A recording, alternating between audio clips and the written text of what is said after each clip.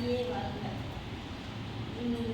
சந்தியாபடு திருவிழா முடிச்சுட்டு கொடியேற்ற நாள் கொடியேற்றின அன்னைக்கு மறுநாள் பொங்கல் சாப்பிட்ட அந்த தட்டு கப்பு இதெல்லாம் கிடந்துச்சு. அதெல்லாம் சரி இப்படி கிடக்கு. அதுக்கு மறுநாள் நாங்கள் மாடு ஊசி போட வரலான்ட்டு தடுப்பூசி போட வரணும்னு சொல்லணுமே தடுப்பூசி போடுறதுக்காக மாட்டுகளை கொண்டு வந்து கட்டிட்டு நாலஞ்சு பேர் உட்காந்துருந்தோம்.